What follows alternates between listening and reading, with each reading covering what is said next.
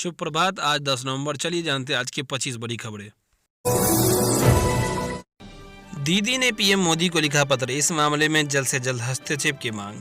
बता दें कि पश्चिम बंगाल की मुख्यमंत्री ममता बनर्जी ने प्रधानमंत्री नरेंद्र मोदी को पत्र लिखा है। पत्र में उन्होंने आवश्यक वस्तु अधिनियम में संशोधन को लेकर केंद्र सरकार से नाराजगी व्यक्त की है।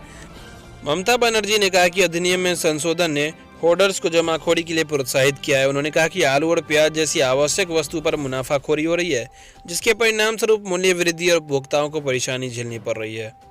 ममता बनर्जी ने पत्र में प्रधानमंत्री नरेंद्र मोदी से तत्काल हस्तक्षेप की मांग की है। भाजपा नेता शाहनवाज ने किया दावा, कहा एग्जिट पोल भले ही महागठबंधन के पक्ष में हो, लेकिन नतीजे एनडीए के पक्ष में आएंगे। बिहार विधानसभा चुनाव में अंतिम दौर के मतदान के बाद जारी अधिकांश एग्जिट पोल में भले ही राष्ट्रीय जनता दल राजद नेता तेजस्वी यादव के नेतृत्व वाले विपक्षी महागठबंधन को बढ़त दिखाई गई हो, लेकिन भाजपा को पूरा भरोसा है कि नतीजे राष्ट्रीय जनतांत्रिक गठबंधन राजग के पक्ष में आएंगे। भाजपा के राष्ट्रीय प्रवक्ता शाहनवाज हुसैन ने मतगणना से एक दिन पहले सोमवार को दावा किया है कि बिहार में भारी बहुमत से राजग की सरकार बनने जा रही है। एम स्वामी ने पीएम मोदी को दी आत्मनिर्भर बनने की नसीहत, बाइडेन और हैरिस की खुशामद ना करे केंद्र। भारतीय जनता पार्टी बीजेपी के वरिष्ठ नेता सुब्रमण्यम स्वामी ने पीएम मोदी को आत्मनिर्भर बनने की नसीहत दी है। स्वामी ने सोमवार को एक ट्वीट में केंद्र सरकार को आगाह करते हुए कहा कि भारत सरकार को अमेरिका में बनने जा रही जो बाइडेन सरकार की खुशामद नहीं करनी चाहिए। अमेरिका की पहली महिला उपराष्ट्रपति चुनी गई कमला हैरिस को स्वामी ने हिंदू राष्ट्रवाद का विरोधी बताया है। राज्यपाल ने अर्नब गोस्वामी की सुरक्षा और स्वास्थ्य को लेकर गृह मंत्री देशमुख से की बातचीत। महाराष्ट्र के राज्यपाल भगत सिंह कोश्यारी ने आत्महत्या के लिए उकसाने के मामले में पिछले सप्ताह गिरफ्तार किए गए रिपब्लिक टीवी के प्रधान संपादक अर्नब गोस्वामी की सुरक्षा एवं स्वास्थ्य को लेकर अपनी चिंता प्रकट करने के लिए राज्य के गृह मंत्री अनिल देशमुख से फोन पर बात की। राज्यपाल कार्यालय की ओर से सोमवार को जारी बयान के अनुसार कोश्यारी ने गृह मंत्री से गोस्वामी के परिवार को उनसे मिलने एवं बात करने की अनुमति देने को भी कहा है। अर्नब गोस्वामी को बड़ा झटका, जमानत देने से बम्बई हाई कोर्ट का इनकार। रिपब्लिक टीवी के एडिटर अर्नब गोस्वामी को अभी जेल में ही रहना होगा। सोमवार को उन्हें बॉम्बे हाई कोर्ट से बड़ा झटका लगा। इंटीरियर डिजाइनर अनवय नायक और उनकी मां कुमुद नायक की आत्महत्या मामले में गिरफ्तार किए गए अर्नब गोस्वामी को कोर्ट ने जमानत देने से इनकार कर दिया है। अर्नब के अलावा 2 अन्य आरोपियों ने अंतरिम जमानत याचिका दायर की थी। 4 नवंबर को रायगढ़ पुलिस ने अर्नब को गिरफ्तार कर लिया था। भारी सुरक्षा के बीच मंगलवार को वोटों की गिनती, चुनाव आयोग ने पूरी कर ली हर तैयारी।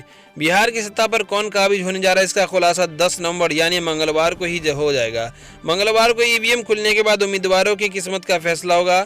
इसके लिए चुनाव आयोग ने पूरी तैयारी कर ली है। सुरक्षा के पुख्ता इंतजाम किए गए हैं। बिहार के मुख्य चुनाव आयुक्त HR श्रीनिवास ने इसकी जानकारी दी। बिहार विधानसभा चुनाव के वोटों की गिनती आज मंगलवार को होगी। चुनाव आयोग ने अर्धसैनिक बलों की 19 कंपनियों को गार्ड रूम में सुरक्षा दी है। बंदूक उठाएंगे युवा, महबूबा मुफ्ती का भड़काऊ बयान, बोली और कोई विकल्प नहीं। अपने विवादित बयानों को लेकर सुर्खियां बटोरने वाली जम्मू कश्मीर की पूर्व मुख्यमंत्री महबूबा मुफ्ती ने एक बार फिर से भड़काऊ बयान दिया है। उन्होंने सोमवार को भड़काऊ बयान देते हुए कहा कि अगर नौकरी नहीं मिलेगी तो जम्मू कश्मीर के युवा बंदूक उठा लेंगे। उन्होंने कहा कि जम्मू कश्मीर से आर्टिकल 370 हटाने के बाद भारतीय जनता पार्टी का मकसद जम्मू कश्मीर की जमीन और नौकरी छीनने का है। PDP के नेता ने कहा कि आज बाहर से आकर लोग यहाँ नौकरी कर रहे हैं, लेकिन हमारे बच्चों को नौकरी नहीं मिल रही है। घाटी में युवाओं के पास नौकरी नहीं बची है, इसलिए उनके पास हथियार उठाने के अलावा कोई दूसरा विकल्प नहीं बचा है। चुनाव परिणाम आने से पहले JDU NDA में फूट, निशाने पर नीतीश कुमार। बिहार में मतदान संपन्न हो चुका, वहीं अब सबको नतीजे का इंतजार है। 10 नवंबर यानी मंगलवार को चुनाव परिणाम घोषित किए जाएंगे। इसे लेकर सभी तैयारियां पूरी कर ली गई हैं। वहीं तकरीबन सभी एग्जिट पोल में महागठबंधन को बहुमत दिया जा रहा है, जबकि एनडीए को इस चुनाव में किसी भी एग्जिट पोल में जीतते हुए नहीं बताया जा रहा है। वहीं एग्जिट पोल के सामने आते ही बीजेपी और जेडीयू में घमासान भी छिड़ गया है। बीजेपी सांसद छेदी पासवान ने कहा कि बिहार में एनडीए से चूक हो गई है। उन्होंने यहां तक कहा कि बीजेपी को जेडीयू के साथ चुनाव लड़ने का नुकसान हुआ है। नोटबंदी और देशबंदी से भाजपा सरकार ने अनगिनत घर उजाड़ दिए, राहुल गांधी।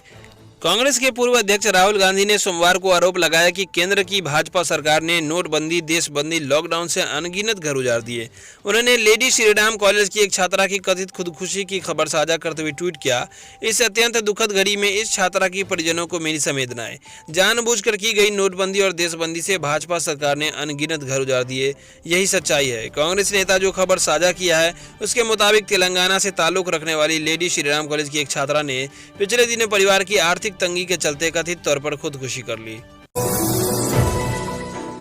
आज रात से 30 नवंबर तक देश भर के कई शहरों में पटाखों की बिक्री और इस्तेमाल पर रोक।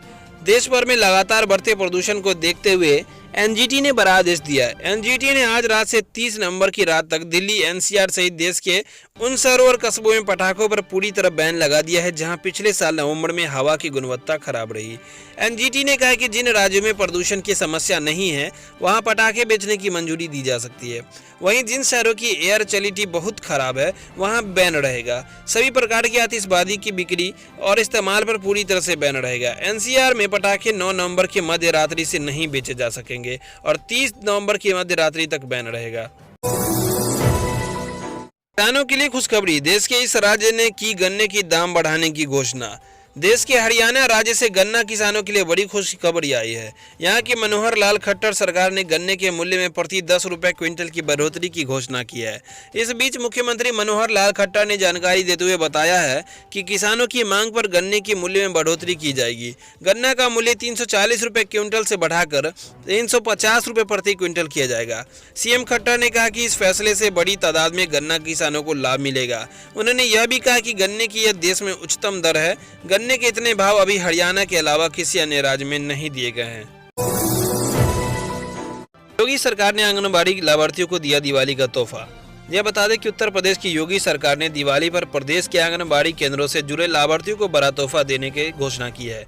सरकार की ओर से लाभार्थियों को उच्च गुणवत्ता का पौष्टिक आहार उपलब्ध कराया जाएगा। अभी तक आंगनबाड़ी केंद्रों से जुड़ी लाभार्थियों को कोटेदार के माध्यम से पुष्टाहार उपलब्ध कराया जाता था। अब सरकार की ओर से आंगनबाड़ी से जुड़ी गर्भवती महिलाओं, शिशुओं और बालिकाओं को दूध, पाउडर, दही व घी भी दिया जाएगा।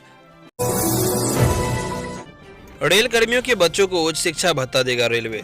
जी हम बता दें कि रेल कर्मियों के बच्चों को उच्च शिक्षा के लिए प्रतिवर्ष 18,000 रुपये भत्ता मिलेगा। दक्षिण पूर्व रेलवे जोन से 3 दिनों पहले ये आदेश जारी हुआ है। इसके लिए चक्रधरपुर, रांची, आद्रा और खड़गपुर रेल मंडल के कर्मचारियों को 26 नवंबर तक विभाग स्तर से आवेदन करना होगा। रेलवे की योजना से 22,000 रेल कर्मियों के एक बच्चे को लाभ होगा। रेलवे स्टाफ बेनिफिट फंड से कर्मचारियों को सिर्फ बच्चे को उच्च शिक्षा में आर्थिक मदद मिलेगी, लेकिन उच्च शिक्षा भत्ता का लाभ सिर्फ तृतीय व चतुर्वर्गीय कर्मचारियों के बच्चे को देने का प्रावधान है। चक्रधरपुर मंडल मेंस कांग्रेस के संयोजक शशि मिश्रा ने कहा कि इससे इंजीनियरिंग, मेडिकल और नर्सिंग MBA समेत अन्य तरह की पढ़ाई में आर्थिक मदद मिलेगी। रेलवे ट्रैक पर बैठे गुर्जर नेताओं के खिलाफ मुकदमा दर्ज करने की तैयारी। राजस्थान में गुर्जर आंदोलन बीते 1 नवंबर से लगातार जारी है। गुर्जर आंदोलन के चलते दिल्ली मुंबई रेलवे ट्रैक लगातार 9 दिनों से बाधित है। इसके कारण इस मार्ग की ट्रेनों को डाइवर्ट करने का सिलसिला भी लगातार जारी है। अब आंदोलनकारियों से उकताए रेल प्रशासन और आरपीएफ ने रेलवे ट्रैक बाधित करने वालों के खिलाफ केस दर्ज करने की तैयारी कर ली है। आरपीएफ ने ट्रैक बाधित करने वालों की पहचान कर ली है। इन लोगों के खिलाफ नामजद केस दर्ज करने की तैयारी की जा रही है। रेलवे दर्ज करवा सकता है नामजद मुकदमा। आपको बता दें कि रेलवे केंद्र सरकार के अधीन आता है, लिहाजा राज्य सरकार भी इस मामलात पर भी कुछ नहीं कर सकती। यानी केंद्र ने आंदोलनकारियों पर मुकदमा दर्ज कर दिया तो राज्य सरकार भी इसे वापस नहीं ले सकेगी। पेंशनर्स के लिए बड़ी राहत, घर बैठे होगा जीवन प्रमाण पत्र का काम, नहीं रुकेगी पेंशन। रिटायर्ड लोगों को महीने की पेंशन पाने के लिए हर साल जीवन प्रमाण पत्र जमा कराना होता है, नहीं तो उनकी पेंशन रोक दी जाती है। सामान्य तौर पर पेंशनर्स को 1 नवंबर से 31 दिसंबर तक जीवन प्रमाण पत्र ऑफलाइन जमा करना होता है, यानी बैंक या पोस्ट ऑफिस में खुद जाकर ये साबित करना पड़ता है कि आप जीवित हैं और सर्टिफिकेट जमा कर देते हैं। हालांकि अब EPFO सीनियर सिटीजन्स को ऑनलाइन सर्टिफिकेट जमा करने की भी सुविधा देता है, जिससे उन्हें बैंक या पोस्ट ऑफिस के चक्कर नहीं काटने पड़ते। लेकिन ज़्यादातर वरिष्ठ नागरिकों टैक्स से भी नहीं होते हैं, क्योंकि बुजुर्गों को स्मार्टफोन भी ऑपरेट नहीं करना आता है। ऐसे में ऑनलाइन सर्टिफिकेट भरना, उसे जमा करना थोड़ा मुश्किल है। ऐसे बुजुर्गों के लिए इंडिया पोस्ट पेमेंट्स बैंक ने एक door step service digital life certificate शुरू किया है। दरअसल उम्र बढ़ने के साथ बुजुर्गों के लिए बैंक या पोस्ट ऑफिस जाकर सर्टिफिकेट जमा कराना मुश्किल होता है। ऐसे में ये डोर स्टेप सर्विस बेहद काम की साबित होती है।